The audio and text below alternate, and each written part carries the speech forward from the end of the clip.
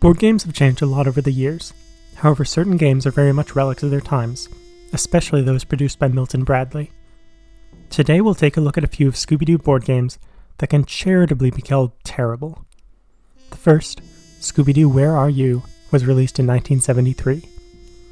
Thanks to Astropith 3 for uploading it to Tabletop Simulator. It's a basic track game where players take turns spinning a dial and moving the indicated amount. There are certain obstacles throughout the board that the player has to spin the exact number to move past. The first player to reach the end of the board wins. The reason why it's bad is there are 0 decisions a player makes. It's effectively chutes and ladders, but with even more turns spent doing nothing. Because there are half a dozen obstacles on the track, the majority of time a player spends in the game is spinning a number, being unable to move that, and that ends their turn. There's also the failure in theme. In Scooby Doo, the gang always declines money at the end, and is trying to stop someone from getting treasure, rather than seeking it themselves. The player pieces aren't even the individual members of the gang, just generic colored pawns. They couldn't even get the color of the mystery machine right. Also, despite the incredibly simple rules, roll and move, there are still ambiguities. Some parts of the board aren't super clear whether a space counts or not, and the rules for landing on the same space as another player don't work. They say to move back to the nearest blue space, but for the first half of the board, there aren't any blue spaces. Do they have to move back 1 square? Forward 1? Send the other player back to start? All valid, but the rules don't say which one to do. Candyland is genuinely a better time, as the Molasses Swamp is only so large, and not the entire game. Next is Scooby Doo Au Monstret. This was uploaded by Jimmy H, so thanks to them. It was released in 1978 by Olga, which is a Swedish company. As far as I can tell, it's never been localized anywhere else, although there are English rules. It's another basic race game, but there's at least a little bit more choice. Players choose from one of the 4 human members of the gang, who are depicted with cardboard cutouts, and travel around a board trying to find the monster who's attacking the castle. There are 5 total clues: fingerprints, footprints, a crowbar, a mask, and a flashlight. 2 of those are revealed at the start of the game, with a third the players have to travel around the board to discover. The other 2 are discarded. The various monsters scattered around the board have different combinations that fit the clues, and the goal of the game is to find the one who fits all 3 active ones. Some have shoes, so don't leave footprints, or are just walking around with a crowbar. The first person to find the correct monster for the game wins. Scooby Doo functions as a peek card. After landing on one of the many spaces around the board, the player can look at any monster on the board.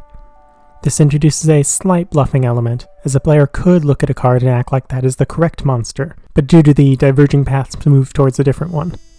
There's not a huge amount of depth, or interest to the game, but it's a huge step up from the previous entry. Plus you actually play out the fantasy of Scooby Doo, acting as the characters and identifying a culprit with clues. The mystery machine is still pink, however.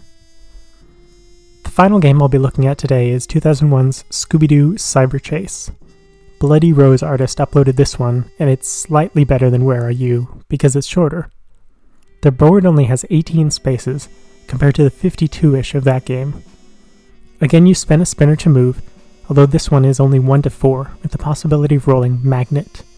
You need the magnet to win the game, and there is only one, so whenever a player rolls that, they take it from whoever had it before. Once players get to the 3 squares on the corners of the board, they have to stop and do a challenge. These are basically just 50-50s, guessing a color or picking the right card. They keep doing that challenge until they succeed, although each attempt takes a turn. The odds here are much better than spinning a specific number, which speeds up tremendously compared to other race games, taking only around 10 minutes to complete. The most notable thing about the game is the board, which assaults the eyes with colors chosen seemingly at random. They couldn't even get the villain color right, where there is a yellow one and an orange one, but not the blue that's actually in the film. Each square does something, typically moving the players either back or forward, again mostly accelerating the game. There is the illusion of choice, picking cards or colors, but the players could be replaced by a random number generator and the outcome would be the same. So again, it's not really a game, but a distraction for kids too young to know better. I'd expect better from a game from 2001, but honestly board games still hadn't hit it big. The best games from that year were probably Transamerica, Genoa, and Risk 2210 AD, so there's at least a little excuse. It's still terrible, but most franchise games at the time were. There are actually good Scooby Doo games now, including Escape from the Haunted Mansion and simply Scooby Doo board game, released last year. We may as well place these on the tier list, so Scooby Doo Where Are You is F tier, as it is basically unplayable in terms of actually being a board game. Scooby Doo in the Monster is a little bit better. There's something going on at least, so we'll put it in D tier. And finally, Scooby Doo in the Cyber Chase, again, is just trash, so that's gonna have to go in F. I'll cover the more competent ones in a later video, but for now I hope you'd enjoyed a look at some terrible ones from the years past. Please like, subscribe, comment, and be well.